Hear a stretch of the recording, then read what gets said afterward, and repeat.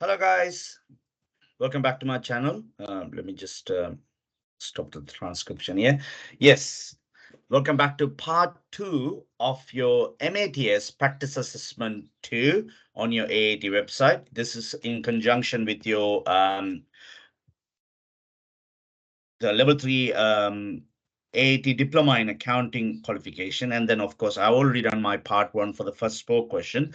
And this one is solely based on your spreadsheets. And of course, since it is a spreadsheet question, there will not be an outcome at the end of this exam because it normally get human marked. Therefore, there might not be, what is that again? What we call uh, enough output for you to consider how I'm going to get to the answers for it. So we're just going to go on away, show you how these practice questions work, and then how the Excel impacts this exam altogether. Okay, so let's dive into that in a second. Let me just give me a second, please, guys. I'm trying to find something here.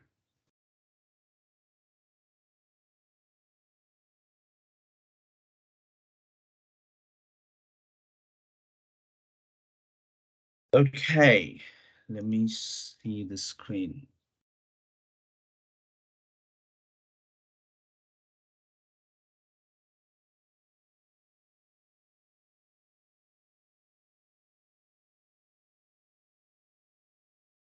Okay. Working for some reason. It's a bit odd. Okay, that's fine. Probably can live with that, live with it. It's all right.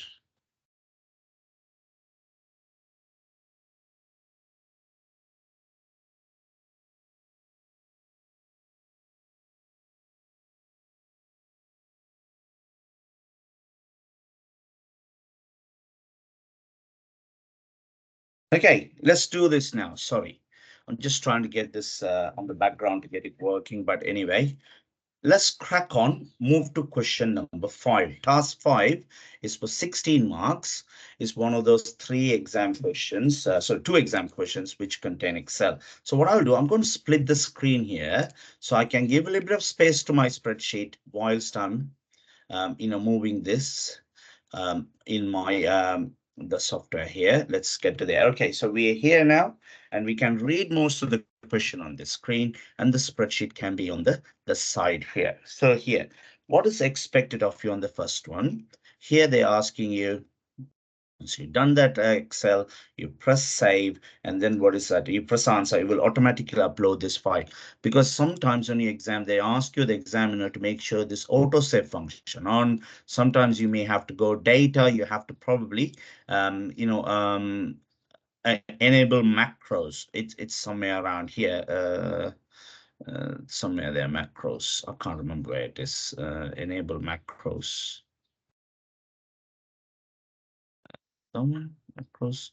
Yeah, it's somewhere there, guys, because I can't see in that, the reduce file format here. But then again, just be careful with this exam. Do not save anything to the desktop for time being or anything like that. You just have to leave it as it is, because what AAT does, it loads that file into the cloud, and then you will upload it back again. When you press answer, it will automatically go back in there with any answers you have filled in. In case you won't edit it, you can go back there, and also you can basically, what is that again? In tandem, you can go back to question 5 and 6 to edit if in case you require to do so. But at the moment, we just going to leave it as it is and see how it works. SB Sinks Limited is a manufacturer of sinks. The owners of the business have asked you to create a cash budget for December, January, and February. You have been provided with a list of invoices for October, November, December, along with the price list. The amount each invoices need to be completed by unit price, net sales, and total sales. So they're asking here, complete the following in the invoices worksheet. So if you're on the invoices worksheet, these are the initial worksheets you're looking at. They're saying here, use the data sort to sort the invoice into invoices number order, starting with the lowest. So what we're going to do, we're going to select the data. Select all of that, and then we're going to go to data. We're going to sort. and we're going to use sort by the invoice number. So if you're going to go here, invoice number, then smallest to the largest. So you need to make sure you change the order. Otherwise, your invoice number not will be an ascending order, it will be in a descending order. If you notice that here, everything now has sorted with the invoice number with the accordance. So if you notice that here also, hold on. Yeah, I should have chosen everything here now. So let's see, Control A, and then I'm going to do sort again. In this scenario, smallest to largest invoice number. Let's try again. Yeah, now it worked. Because initially I forgot to select this particular data. If you want to select all the relevant data, you press Control A. If you notice, it has chosen all the data on that particular data range there. So it's very easier to, instead of going through like this way, pressing Control A after you selected one of the cell in that range, and it will select every data available on that particular selection of data. Okay, so now if you notice that here, we've done that now. We have done the sorting. They're asking in column G from G2 to G190. They want you to use a suitable formula to calculate the net sales value of each invoice. So here, hold on. Use the VLOOKUP function to identify the unit price that was included on the each invoice. So if you notice that here, the information could be collated from this price list. So if you look at that here, it's by the either type or the item number. It's either way, it is fine. And then you should be able to use the price of each of it. So they want you to use VLOOKUP function to use the information from the price list. So if you notice that here, if you notice, look at these item numbers or this type. I can use either one of them. It's fine. So now I'm going to do here for the unit price, I'm going to use insert home. Yeah. So I'm going to press on FX button and look for VLOOKUP. The VLOOKUP is very funny formula because if you notice that here, it's asking you what you're looking up for. I can choose either the name or this item number because it's all same for that particular type of item. So I'm going to do this item type. This is the value I'm looking for. And then also, where is that information can be found? So I'm going to go here to the price list. So if I click on the price list, you will notice straight away this table array will have the name of that worksheet come up there straight away. So what I need to do, I need to choose this is the data I'm looking for. And then here, they're asking you the column index number, which is where the information you want to be looking towards. So if I have that information on the first column, which is the leftmost column of the table, you see here, looks for a value in the leftmost column of the table. So this is the value I'm looking for. And just again, let me just choose it. The column index number in that scenario where the price is actually 1, 2, 3, 4. It's the fourth price. Okay, so the fourth column is going to be a price. So if I click on the column index number now, it automatically come back where it was initially. So I'm going to say it's the fourth column. And here the logical test is going to be false because don't worry about it. You can think about the range lookup. They don't test you, they examine the range lookup. It's kind of an advanced Excel. Or you can put value of 0 because on what is that again? Uh, what is that, the word they call in binary, 1 is going to be a true, 0 is going to be false. So here I'm going to put 0 for false. And then if you notice I here, for the price of a jade ball and trainer, and you got the number here, and that's 181.25. So if you go back and check it, 2 to 1, the jade ball is 100 £81.25. But then I notice here as well, there are two different quartz and two different emerald. So you cannot use that type. You have to look for through the item number, which is unique for that particular product. So here I have done that now. What I now have to do, I can simply copy this formula all the way down, but there's a problem. Because if you notice, if I've done that now, you get no price for any of it after that. There is a problem with my formula initially. The formula has some sort of a range here. Can you see this range here? This range has to be a fixed range. See that here, it needs to be absoluted. The reason, if we move the formula down, for example, if I double click on it, that range now changing, you see A5 to D13, A6 to D14, A7 to D15, A8 to D16, A9 to D17. So if I go here, now if you do this, if you go to that one, it shows you the formula here. If I notice that here, if I'm press the FX button, if I go here, now you notice the range they have used A9 to D17, which is A9 to D17, which is this range. I don't want that range because I want the range to remain same as the one I have seen in the initial one. So what do you do? I'm going to go FX here. This one, I'm going to press F4. When I press F4, what it does, it adds the dollar signs in front of it to the whole formula. If you notice that here, the range itself, it is been fixed. So if I've done that now, and if I double click on it again, now it has shown the price has not had that problem like before. If you notice that formula also, everything changes apart from the range. If you notice that range here, this information we have got, everything is now changing. And if you go all the way to 190, the price has been updated accordingly. If you want to check this one, 27894, go to the price list, 27894. Yes, it's 225 pounds. It's confirming to my assumptions. So absolutely fine now, guys. Let's move on with the next one. It says here, column H, use a suitable formula to calculate the net sales value of each invoice. So what is the net sales value of each invoice is going to be what? The quantity sold. So it's going to be this multiply by the quantity sold, which is that one, by the unit price, and it gives you the net price. And what is that going to be on the you want to add the VAT at 20%. So here, if it's VAT going to be 20%, this is going to be this multiply by 1.2. And they give you the value inclusive of VAT, and it should give you right at the bottom of it the total value once we done that one. Here, I182, H182, I192. So H192 and I192 use a suitable formula to calculate the total of the net sales and the total sales.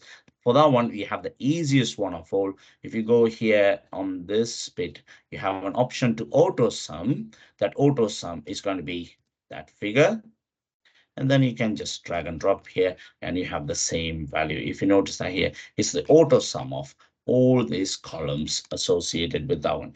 And then now asking you here in cell K3, you create a pivot table to show the split of total sales by month. So now I'm going to make this screen a little bit big again. So here I'm going to see on cell K3, which is all the way up here, I have to insert a pivot table. So here, insert pivot table and existing worksheet K3 here. And, the range of the pivot table is going to be Control A.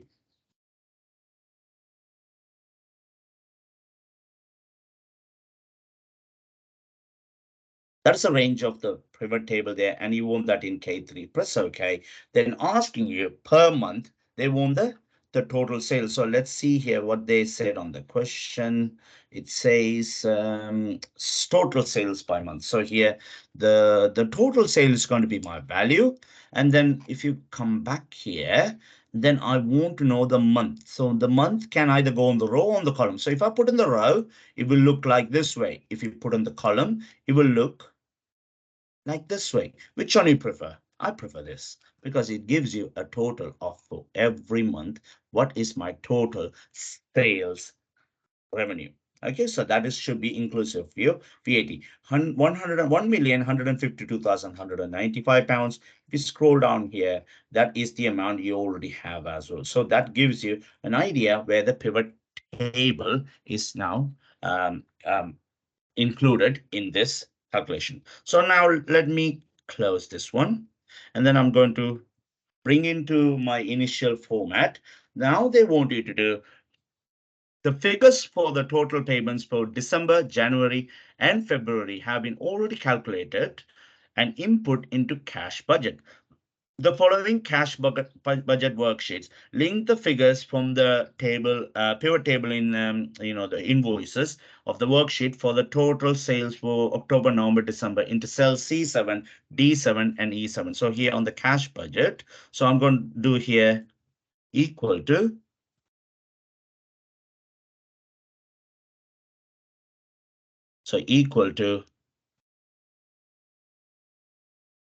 October.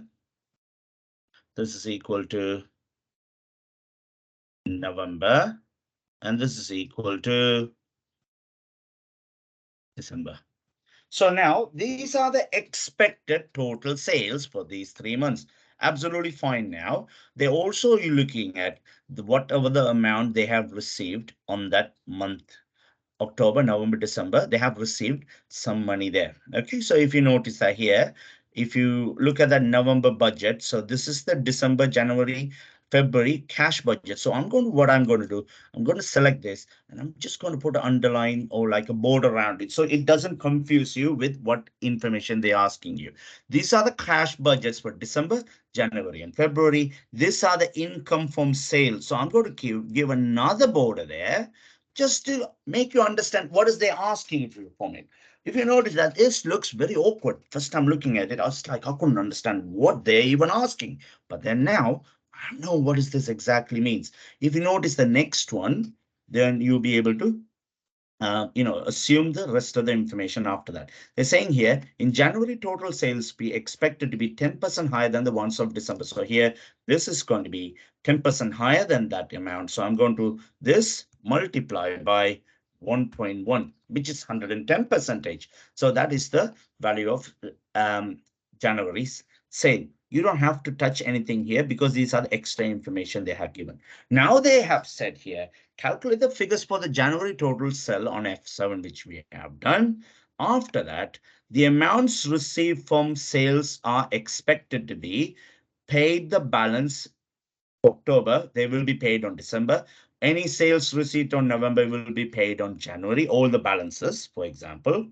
And then also the 60% of the December sales will be paid in January and 40% of that will be paid on February. January's money will be paid 60% on February, the 40% probably in March, but I don't care about it because we don't know what is the month we are looking at, because here we have only 3 months worth of cash budgets to do. So here, the months in question are December, January, and February. So again, let's ignore certain facts now. The amount of money from October, it's so far received the much. This is the amount we have received. The rest of them will be received on when? December here. So here, if I go to December, the money we're supposed to be receiving from sales for October will be this minus that. Why? Because we have already received this. This is all we have to yet to receive from the October sales. Makes sense. Then let's look at the November one. Look at that here. The money we receive on December was part of it from November. The rest of it will be received when? In January. So here is the rest of the amount going to go. This minus that. This during January, if you notice I here January, the money from November, if you notice I here, this sales receipt was received in January. But now let's look at the next one. For December, for the December income from this one, 60% of it will be received in January. So here, this is the time the 60% of that December income will be received during the January month. So how I'm going to find it? So this is the December income multiply by 60%. Oh, that is the amount we're receiving in December. And when is the rest is going to be sent? It's on February. 40%. So during the February, the money from December will be received. This multiply by 40%. So the rest of the money from December was received on February. Let's prove it we are right or wrong. Look at that here. Income from sales. If you notice all of that, 401,367, which is equal to that one. Oh, yeah, got that one. Look at the November. November 387,654. If you add these two, 387,654. Yeah, it's right. October, we don't have the data for November here. So therefore, it's only a partial figure. So not to worry about that. So the last one is January. January is going to be received in February 60%. So here during February, we receive 60% of the January's income. So January multiply by 60%, and that should give you this. If you notice that here, this sales from income, every month you receive 2 months, either 60% or 40% or whatever balance is left over. And the way we have done it now, it shows you what is the cash balance. And they're also saying what is the payments, and then what is the current net closing balance of cash. So they're asking you here, use the conditional format to highlight any negative figures. So here, I'm going to just go here, and then I'm going to get rid of this fill now. Then I'm going to select all these numbers, and then I'm going to do a conditional format. Then on the highlight rules, if it's anything less than 0, and then I'm going to highlight any negative figures. So here, if I've done that, if you notice that here, these are the negative figures, and that has been highlighted. 16 marks for these questions, guys. 16 marks for that one, and then we will be able to move to the part 2. So the part 2 question, it's going to be this. So in this question, you have seen see, it's a slight delay there earlier, but then again, it saved the question. I'll show that to you to prove it to you. They're all there for you to go back and check it a bit later on. Click the answer to submit the completed response. Do not use the navigation side panel. It's just extra information here. Blueberry Tools Limited is a manufacturer of farming tools. The company directors have been reviewing the performance of the business for the year ended on 31st of March 2020. Complete the following in the operating statement worksheet. Figures for the original budget and the actual results for the year have been entered into spreadsheets. However, the original budget is to be flexed. So now what we're going to do, we have to flex it to the actual budget. So how I'm going to do it? So because here there is something they're asking you on cell C3, use a formula to calculate the percentage by which the flex budget, how much the budget's going to be flexed by. That's going to be calculated like this way. This minus that, divide that by that figure. But then again, I need to bracket this. Remember your BOD mass, guys. If you put a division before a subtraction, division gets done first, and you will get some awkward answer. So here, if I done that, it gives you that, and then I'm going to format to a percentage, and that gives you 20%. Okay, so that is all in there for you. So this is how I'm going to be flexing my budget by. So they're asking here on the next one. In cell C3, we have done it. That's fine. Format the cell C3 to a percentage to 2 decimal places as well. So here, let me increase the decimal places. That one. So when I increase the decimal places, it'll come to that answers. One mark for that as well. Come on. There. Cell C7 to C11. So here all of this up to C11. They want you to do create a flex budget using the formula to flex the revenue and cost. Where necessary, use the absolute referencing on the percentage on C3. So absolutely we have to use that one. So it's going to be equal to this multiply by that. That's what it should be. But you also have to remember that is only going to show you the extra amount. So what I'll do, I'm going to put the original figure here plus in the brackets, this multiply by that figure, but I'm going to press F4 for that one. You know the reason why? Because when I'm going to copy the formula, I can just simply just drag it down all the way here. And you see here, every one of those budgets are flexed with the original number and the extra number. But there's a problem with my flex budget. If you noticed it, you win yourself an extra, what is that again? Pat on your back, put it that way. Oh, you earn your cookies there. But here, the fixed overheads cannot be flexed. Why? Fixed.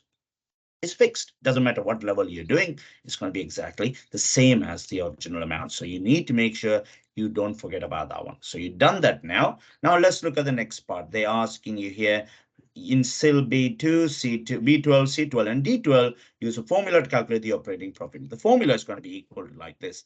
This minus the sum of these four and close.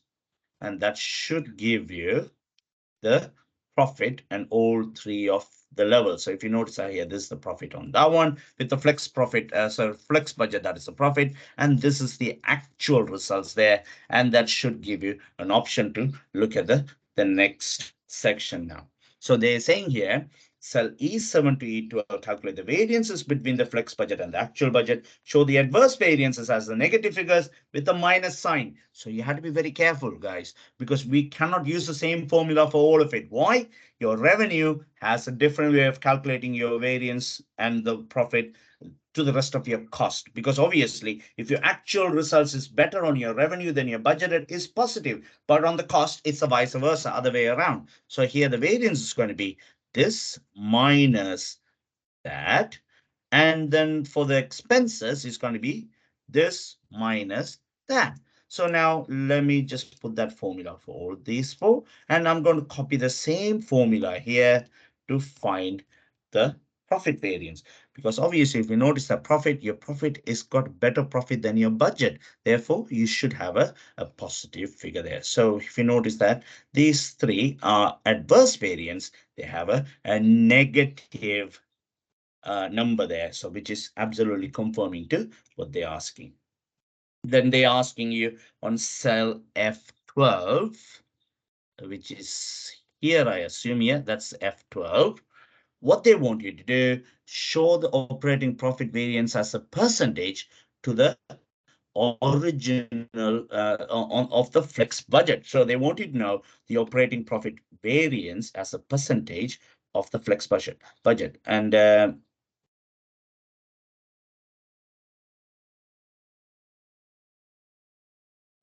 two decimals. So here the variance is going to be divided by the budget, which is the flex budget, and press enter, and it gives you that sort of a number. But let's put that into percentage with two decimal places, and then you should get 22.67 as my variance percentage. Now, if you go further down on that question now, below the operating statement, produce a column bar chart which shows the original budget, flex budget, and the actual results for the year using the title from cell A1, A2, and where's A2? There you go, these two titles, okay? On two separate lines in the chart titles. Bold the company name on there, okay? So what we need to do, we need to check whether we can do this.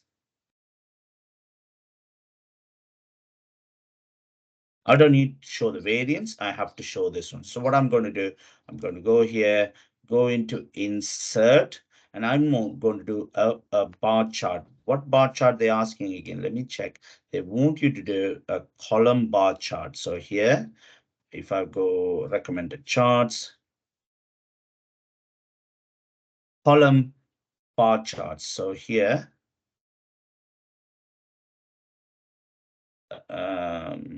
is that what the way they want, or is it the way they want? Yeah. This is the column bar chart. So let's try again. Old chart, column, and there's a bar chart here.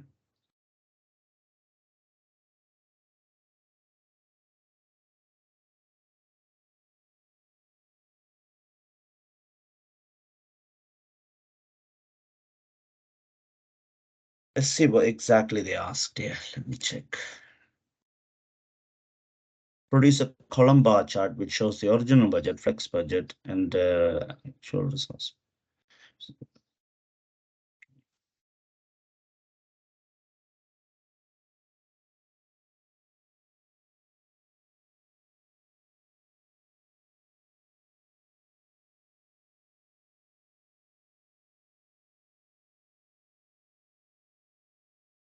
Yeah, I think I choose this one instead. Or can I choose this way?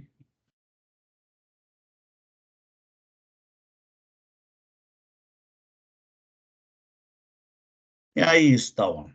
Column bar chart. It's fine. Uh, oh, wait, what was that? Let's try. Um, I'm not exactly sure what they're asking you here. Column bar chart. Yeah, I think this is much more obvious. If I use that one, that looks much better. So let's do here. I'm using a bar chart now.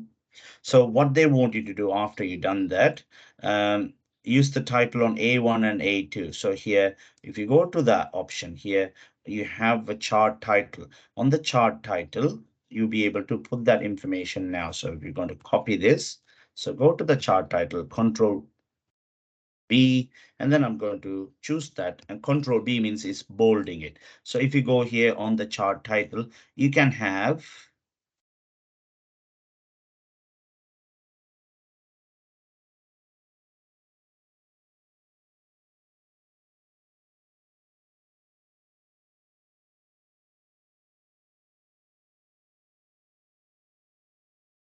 so let me see whether I can add another one. More options.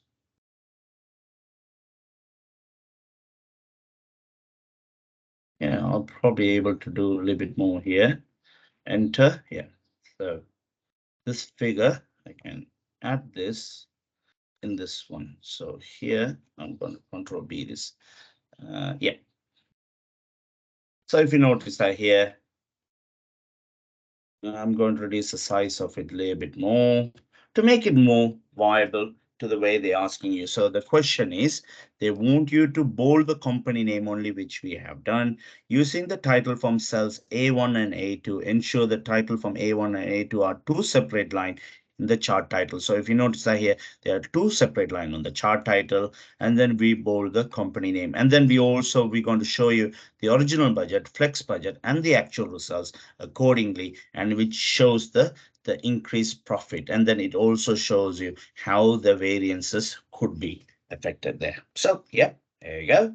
That should be enough for it, guys. And now I'm going to press answer. So once you press answer, if you notice that here, it takes me back to that question 2, 3, 4. Yeah, but now since I have done that these on my previous video, I'm just going to go to the next one. If you notice that here, it says these questions already been answered. So if I press on the edit button, realistically, anything I have done already, it should be here. Because see that here, all there, all my cash budget's been done. It's all in there. So if you need to make an adjustment, oh yeah, I have to change this answer here, that should change. And when you press answer, what it does, it saves automatically and get to the point. So now let's go to task number 6, and then I want to edit that as well. I just went all the way there, press on the edit button, and it just bring me the chart again. Oh, here you go, that's my chart there. And I'm not happy with the position of the chart. I'm just going to bring it over here so the person who's marking it can see that on the first page, instead of he has to go all the way to the other side to locate this particular chart there. So if I'm going to full screen it, and then see, here you go, that's my chart. Hey, so guys, thanks for tuning in. I appreciate your patience with me on this. It took me nearly only half an hour to complete this second part, and fingers crossed, guys. I wish you all the best. Hopefully AAT resolved most of the problems surrounding this maths exam, even though from the start of the year they explicitly said this is the exam they may have come across as the most challenging, because of the third party software has to be open while you in the exam condition. So therefore they have to ensure this exam is not compromised for any reason, but doing so they may have put some more extra features there, creating this background issues. Hopefully they will get to the bottom of it, and I'm pretty sure you will have an enjoyable time with this assessment. I really like this exam.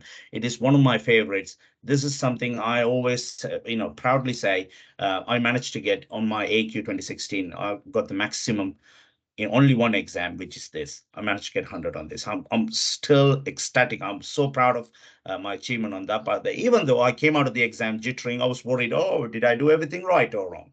And then suddenly my tutor phoned up and said, Hamid, you get 100%. to my surprise, yeah, it was. And then, of course, this is one of those exams can surprise you with a tough question, but trust in yourself, trust the process, stick to your gut instincts, manage your time properly. Very important. If you plan your time properly, by the time you end of it, you'll be the one coming out of the room much more happier than the others. And then I wish you guys all the best. Be sure to like and subscribe to my videos. Again, thanks for the 500 subs, and I certainly appreciate your patience on sharing this with me, guys. And yeah, let me just put it here. Yeah, thank you, and I will see you guys later with further videos. The next series is going to be on business awareness, which is going to be the third exam. Normally, most of you doing on the level 3 qualification. I'm looking forward to see you on that one, guys. All the best. Take care, guys. Bye bye.